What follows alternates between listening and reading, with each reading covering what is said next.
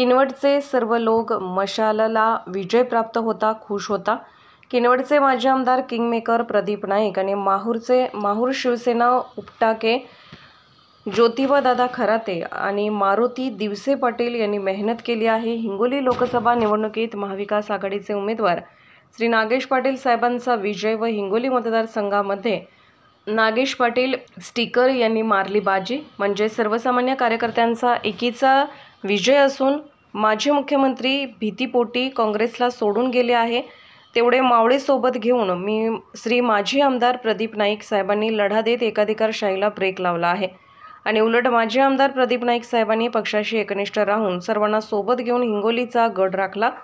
हा निकाल म्हणजे सर्वसामान्य कार्यकर्त्यांच्या परिश्रमाचं फळ आहे। भारतरत्न डॉ. बाबासाहेब आंबेडकरांनी दिलेल्या संविधानिक मताच्या हक्कामुळे ही किमया घडली आहे।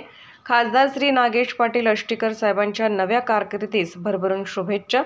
गजानन मुंडे, सभापती, बाजार समिती, राष्ट्रवादी काँग्रेस पार्टी, किनवट।